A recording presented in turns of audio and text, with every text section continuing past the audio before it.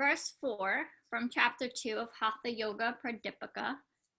The vital air does not pass in the middle channel because the nadis are full of impurities. So how can the state of Unmani arise, and how can perfection or siddhi come about? I don't know what Unmani is, so hopefully she gets into that. I don't either. We could look it up if she doesn't. Yeah.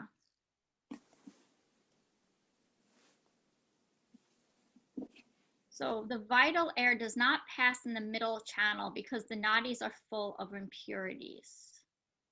So I guess she's saying oops, what did I just do? Alexandra's joining. Good morning. Good morning. We're just, I don't know, can she hear me? Oh, she can't hear me.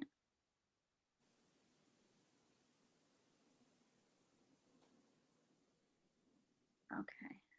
Umani in the backs, it says it's a state of samadhi, consciousness devoid of finite mind. It means no mind or without mind. But hopefully. Alexandra, we're just starting on verse 4 from chapter 2. So when she says this first sentence, the vital air does not pass in the middle channel because the nadis are full of impurities, she's saying, is she saying it doesn't pass in that Sushumna channel?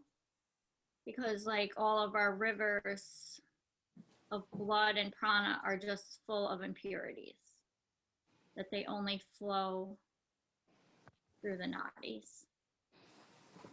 Possibly. Let's see what she has to say. If our perception was finely attuned to the pranic body, we would see a light body in which there were thousands of fine wire-like structures conducting Shakti.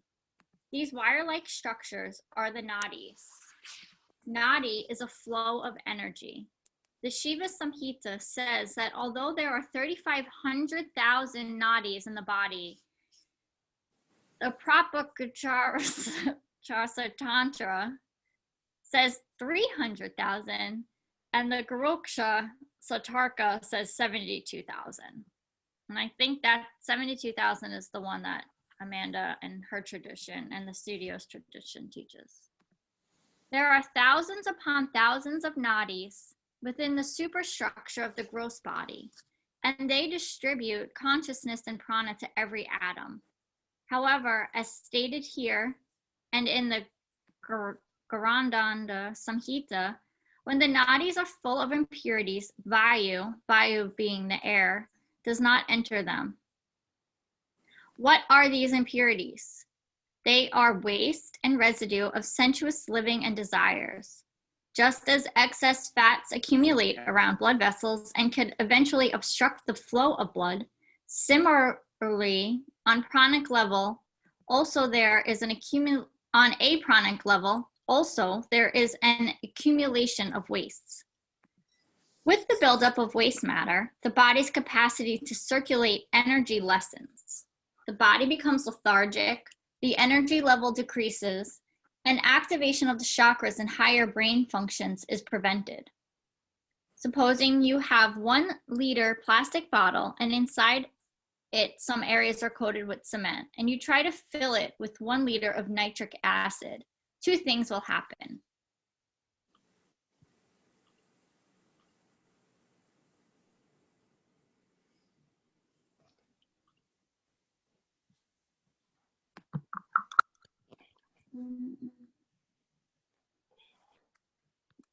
One, full liter of nitric acid will not fit, and 2, the plastic will melt. Similarly, if Kundalini Shakti is released when the nadis are blocked and weak, you will not be able to handle the experience. Therefore, the whole body and network of nadis have to be purified and the energy channels have to be made strong. The pranic body is the intermediate link between physical body and the mind. Therefore, it can be approached from either side. It is, however, easier to control and purify the pranic body through the physical body. By strengthening the sympathetic and parasympathetic nervous system, Ida and Pingala nadis are directly affected. And by developing the central nervous system, Sushumna is activated. Therefore, the most important practices of Hatha Yoga are those which arouse the central nervous system and Sushumna.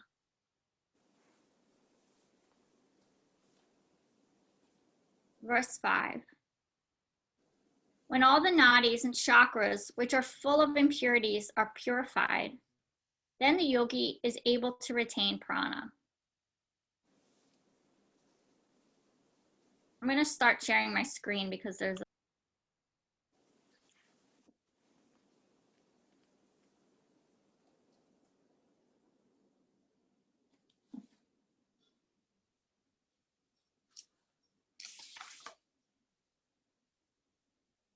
I muted myself.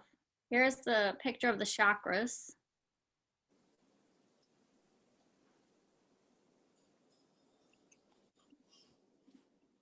In the process of awakening Kundalini, the sadhaka has not only to clear the nadis, energy channels, but also increase the quantity and quality of prana and store it.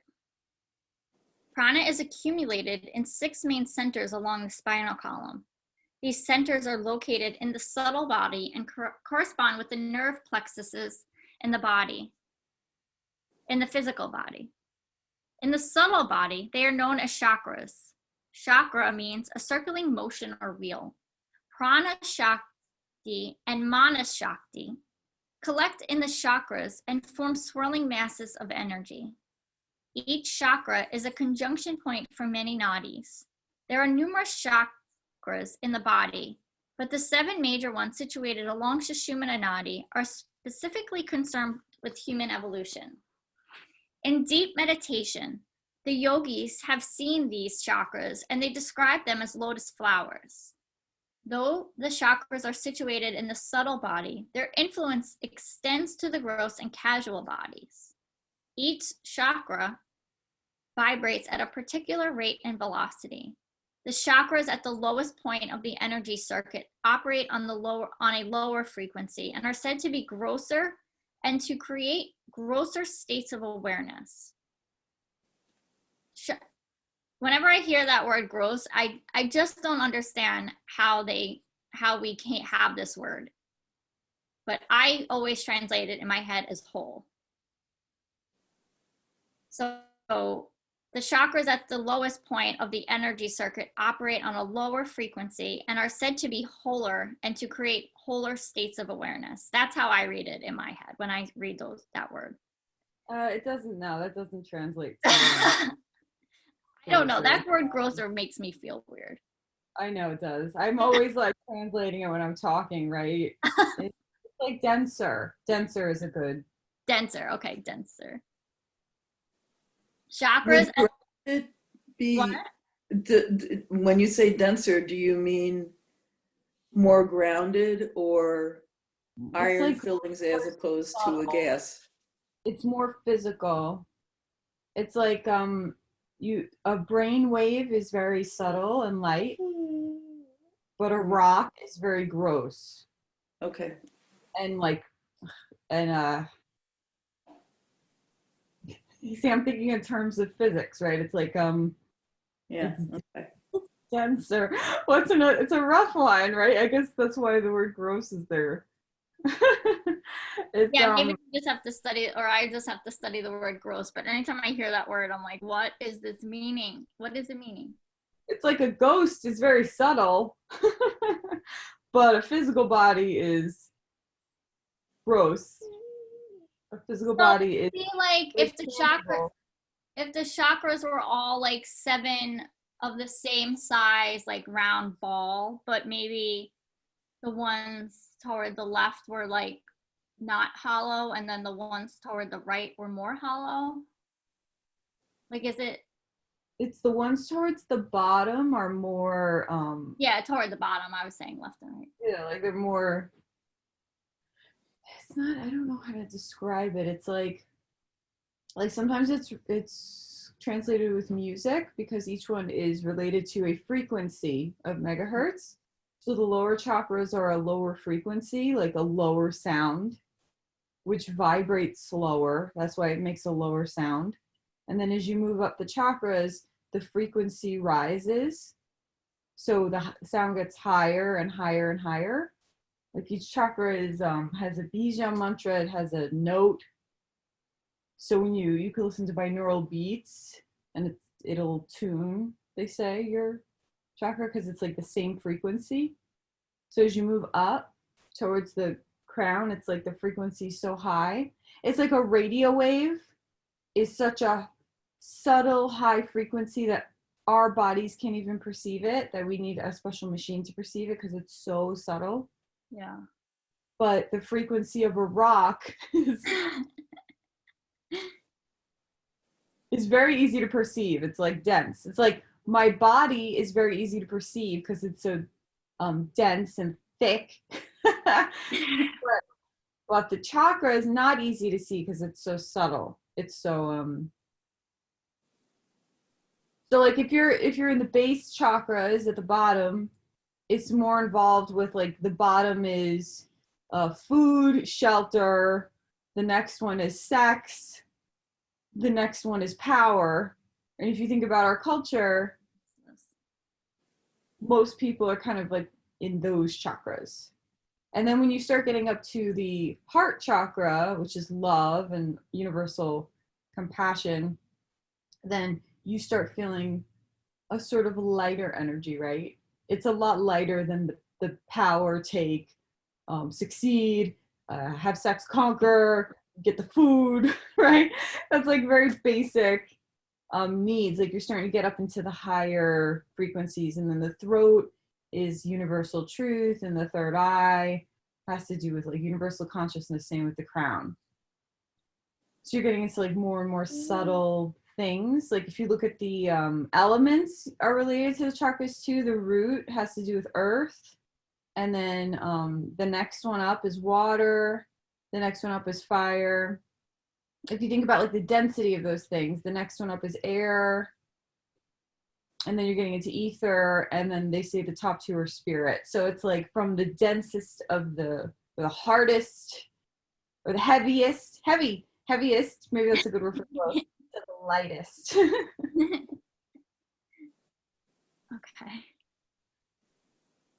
All right, let me get back here. Chakras at the top of the circuit operate on a high frequency and are responsible for subtle states of awareness and higher intelligence. Some yogic texts describe only 5 or 6 chakras, others describe 7. The lowest chakra is within the perineal floor in the male body and the cervix in the female body. It is a 4-petaled red lotus called Muladhara, and it influences the excretory and reproductive organs, reproductive glands, and hormonal secretions. Muladhara is directly connected to the nose and sense of smell with our animal instincts. At Muladhara, human evolution begins and Kundalini emerges. 2 fingers width above Muladhara and closely associated with it is Swadhisthana chakra, a 6-petaled vermilion lotus. It is connected to the sacral plexus, urinary and reproductive organs and glands. Swadhisthana is associated with the tongue and the sense of taste. It influences on the deeper personality aroused. Its influence on the deeper personality arouses a selfish sense of ego. The next chakra is behind the navel, within the spinal column. It is a 10-petaled yellow lotus called Manipura. It is associated with the solar plexus. Manipura influences the digestive process and the assimilation of food and prana. It is also connected to the eyes and sight. At the level of Manipura, the consciousness is still bound by the grosser levels of existence and sensualities, ambition and greed. Above Manipura is the proximity of the heart, its Anahata chakra, with 12 blue petals. It is connected to the cardiac plexus, heart, respiration, and thymus gland, and is responsible for emotions of love and hate, compassion and cruelty, etc. Anahata is also connected to the sense of touch and the hands. Within the middle of the throat is the fifth chakra, Vishuddhi, with 16 purple petals. It is associated with the cervical plexus and thyroid gland, and it maintains purity in the body and mind.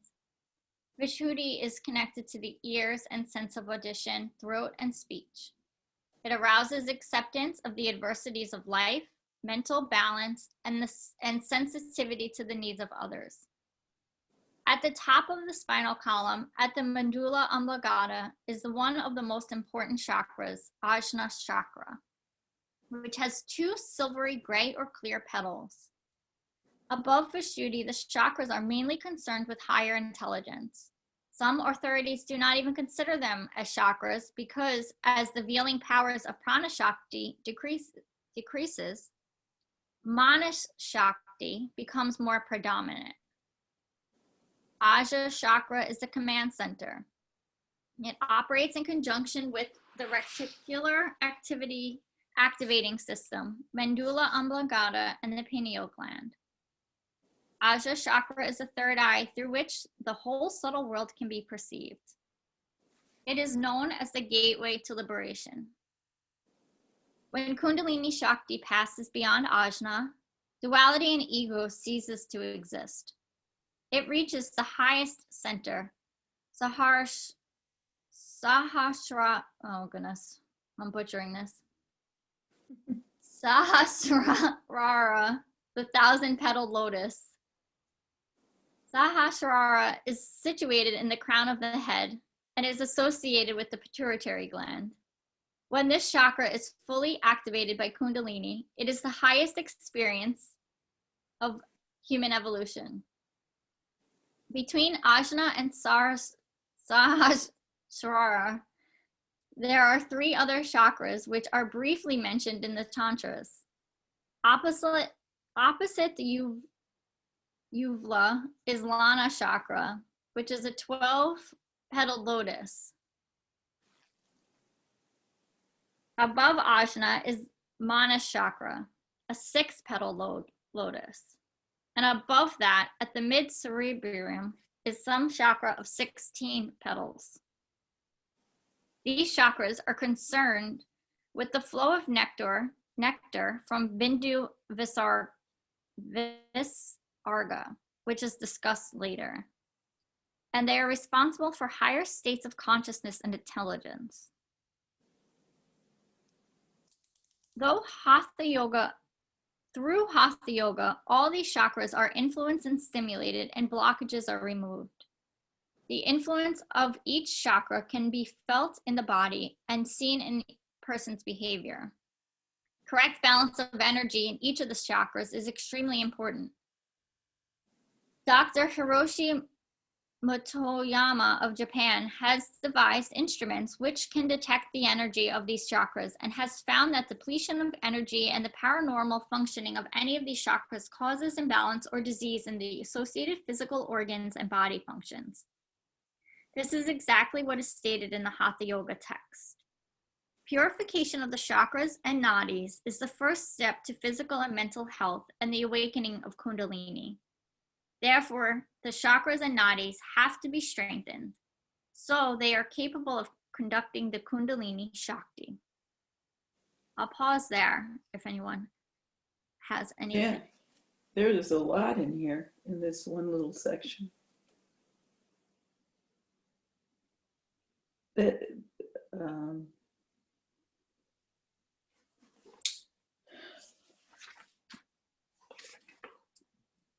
I just feel like there's a lot to absorb here. I mean, I've been fascinated by the chakras for about the last 4.5 years because when I got sick and I couldn't do, I was told by this one doctor that I had to stop doing yoga for a while. And so a yoga teacher gave me a meditation to do, and it was a chakra meditation. So, worked up from basically bottom to top. And it was a really great meditation. It started with meditating or chanting, each of the sounds of each of the chakras. And then when you reached the top, you just went into silent meditation for 20 minutes or so. And it was very illuminating, even though I didn't know what the hell I was doing. But it was really illuminating. So this is, and I never really got it into any kind of order in my head. So this is very clarifying. Although what's interesting is the additional chakras at the end that she discusses, and also did she even mention the Bendu Chakra? I think she says she's going to get into it.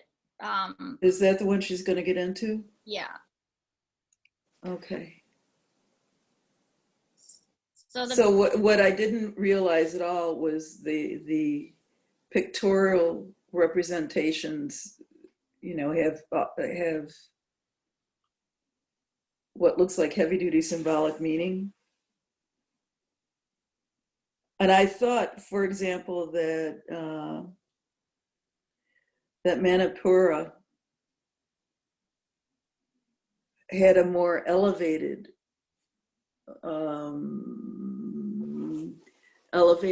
I don't know if purpose or intention is the right word, than she describes here. I tended to think of that as a place with, a chakra you could meditate and helped develop power or strength.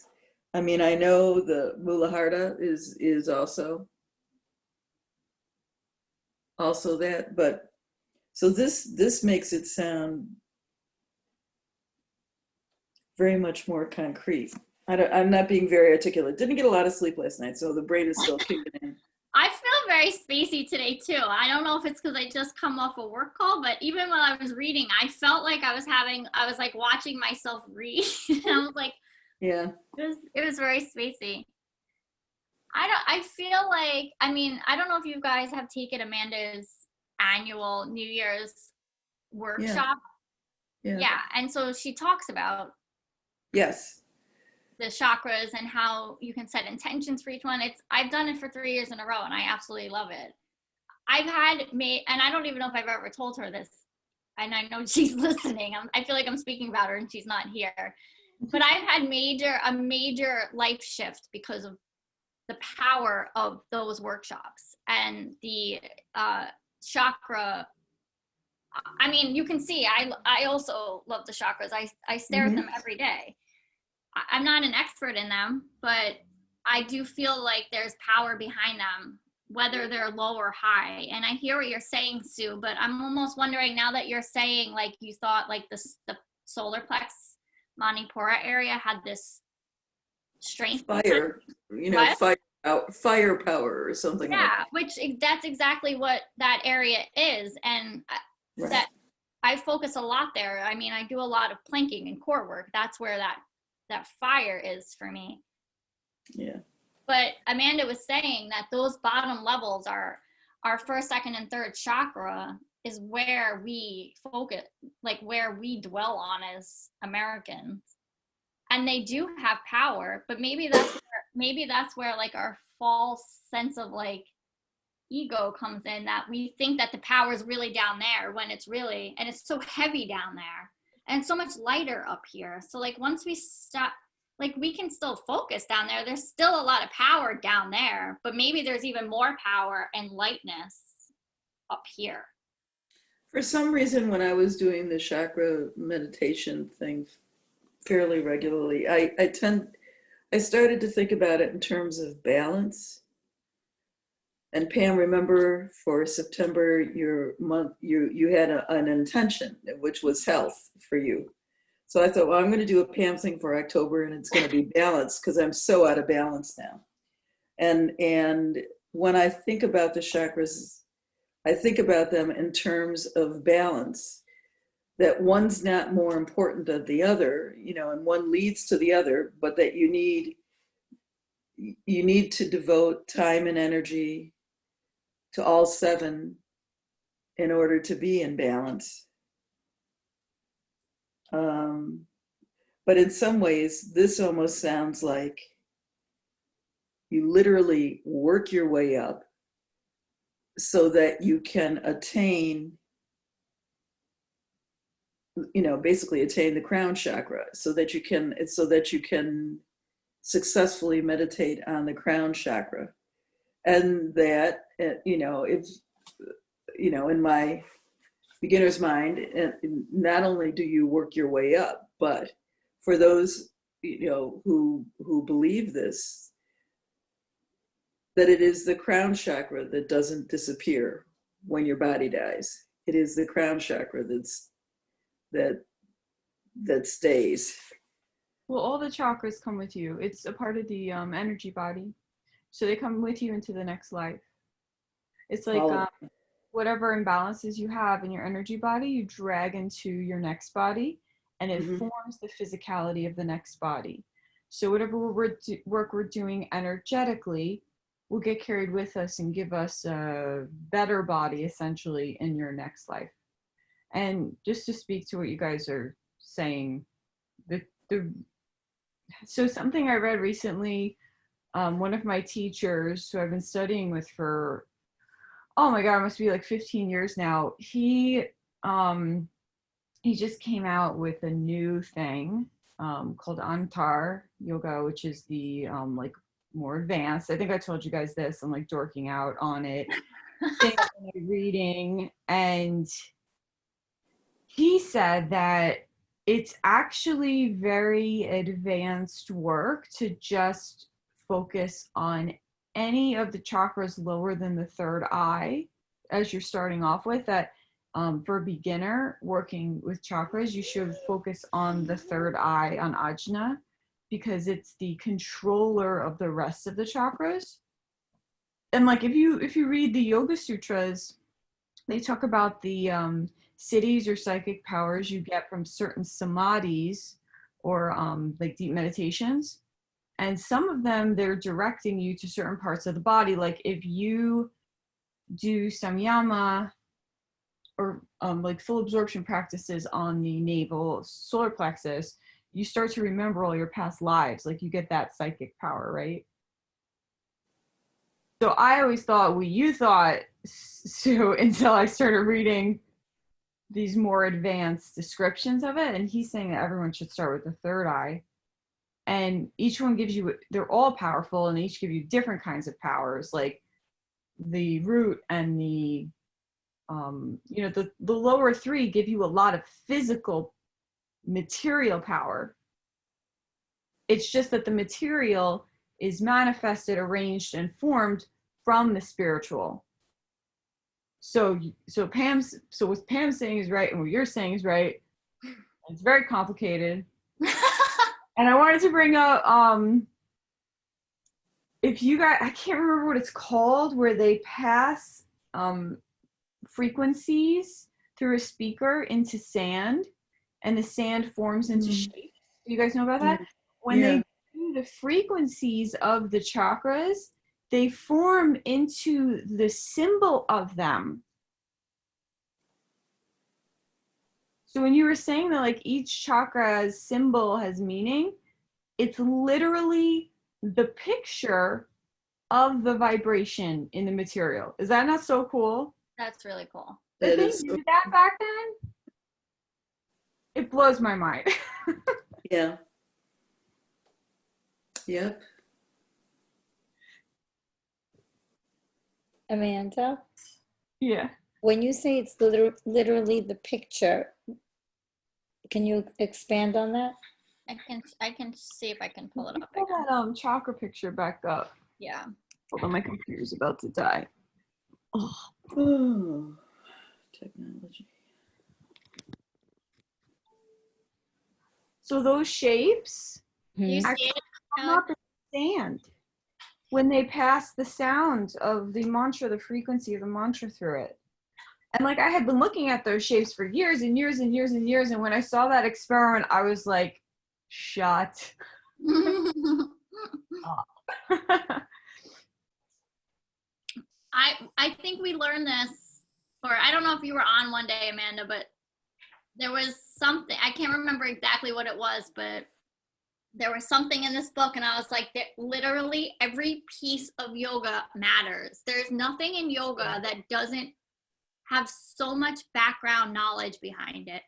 The way you put your fingers, the way you breathe, the way you put your body, the way you think, the way you treat yourself internally and externally. I mean, it is just, even this, like what you're saying now, like it's not just a pretty symbol, like so that I will buy this tapestry and hang it on my wall because it looks pretty.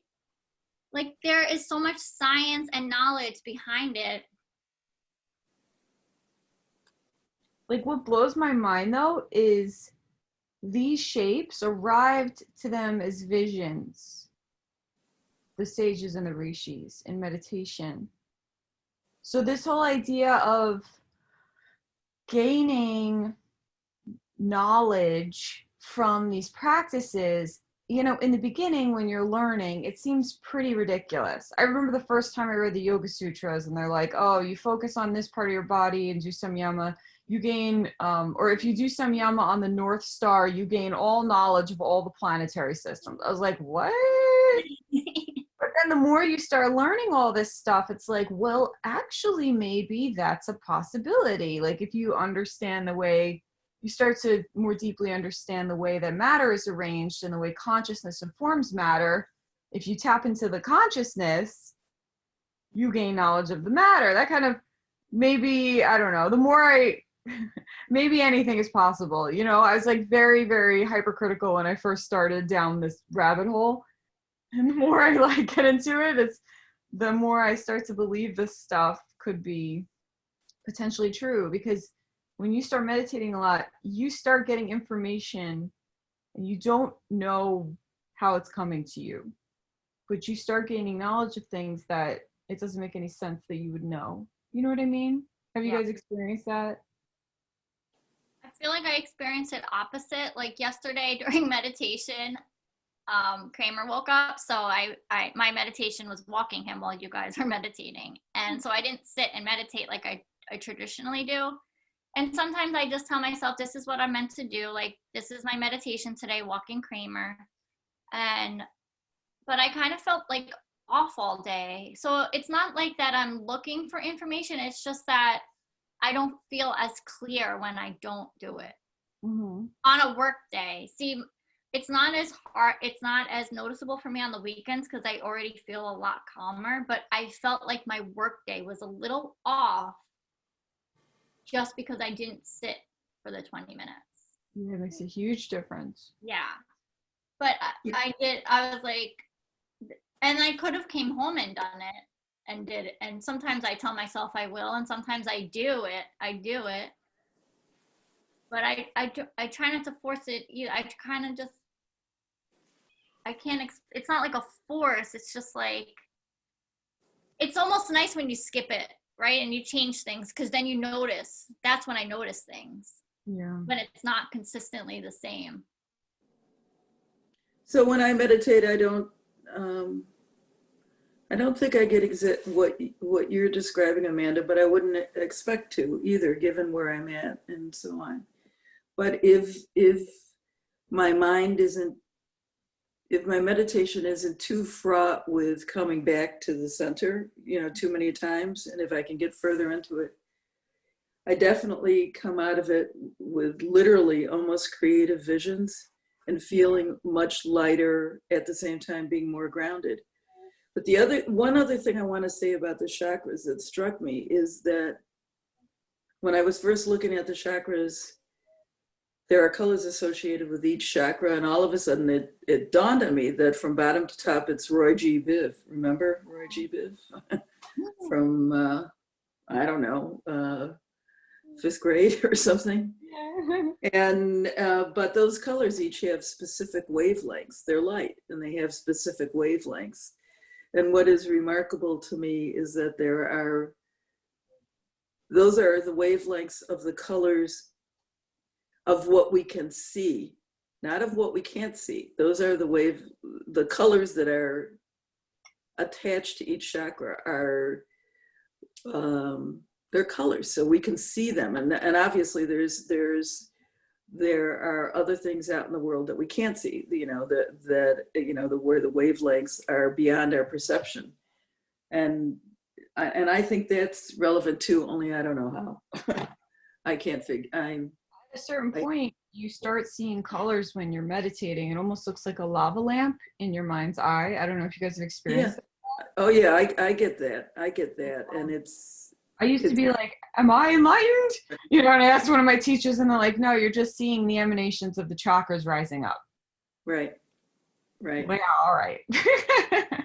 Right. I love doing chakra meditation, and Nikki, Amanda, she's the one that introduced me to it, and it's one of my favorite meditations. It's pretty much how I got introduced to meditating. And before I was this calmer person, it was something I used to be like, Eric, I need 5 minutes, leave me alone. And I would go and sit and do the Roy G. Biv up and down my spine. And I wasn't doing it I was just doing it to just get myself to calm down my anxiety.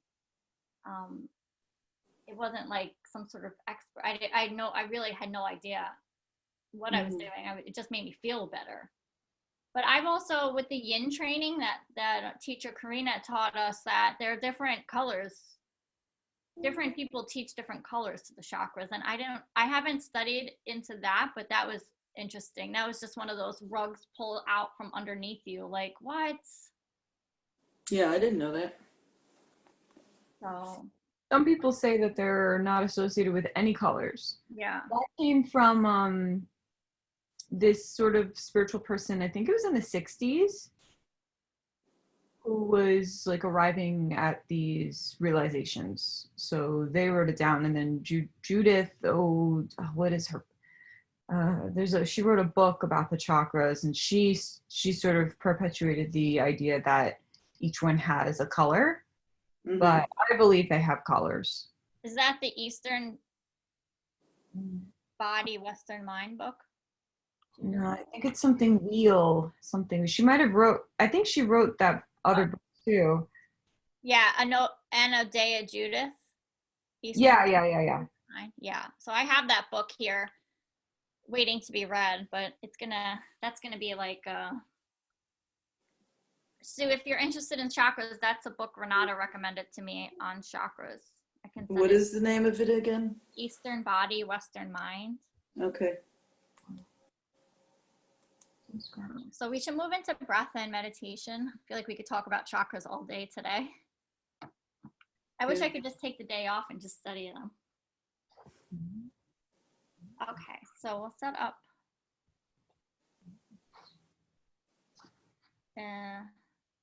Wheel of Life. Oh, Wheel of Life by the same author. No, that's not it. Hold on.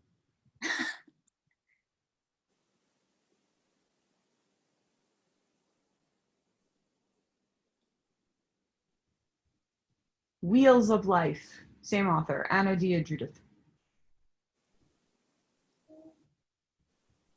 Yeah, I don't know if she's the one who was from the 60s, though.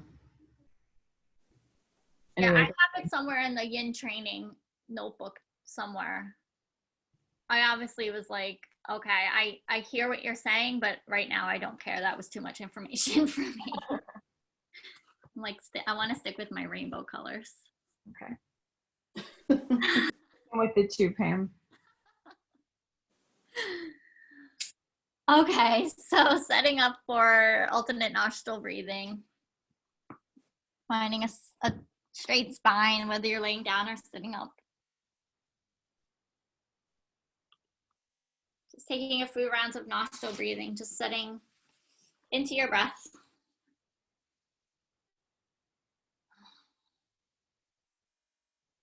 And then bringing right hand over to your nose. Close your right nostril with your right thumb. Inhale through your left. Close left with your right ring finger. Exhale right. Inhale right. Close right, exhale left. Inhale left. Close left, exhale right. Inhale right. Close right, exhale left. Inhale left. Close left, exhale right. Inhale right. Close right, exhale left. Inhale left. Close left, exhale right. Inhale right. Close right, exhale left. Taking 5 more rounds on your own breath. Adding that retention if it's in your practice.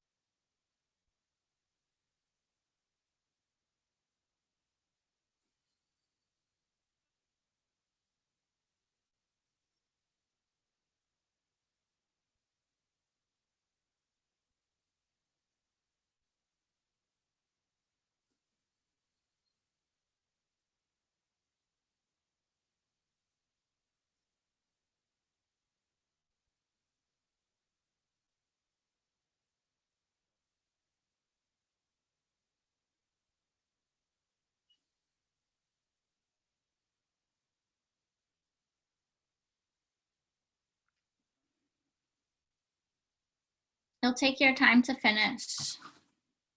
Then begin to settle into your meditation. I'll set the timer. Setting your intention for your meditation, possibly bringing your attention to your third eye today and bringing the gaze up to your third eye. Using that as a drishti. Using a mantra that you're working with, I am healthy, I am grateful, or just silently repeating the word Om.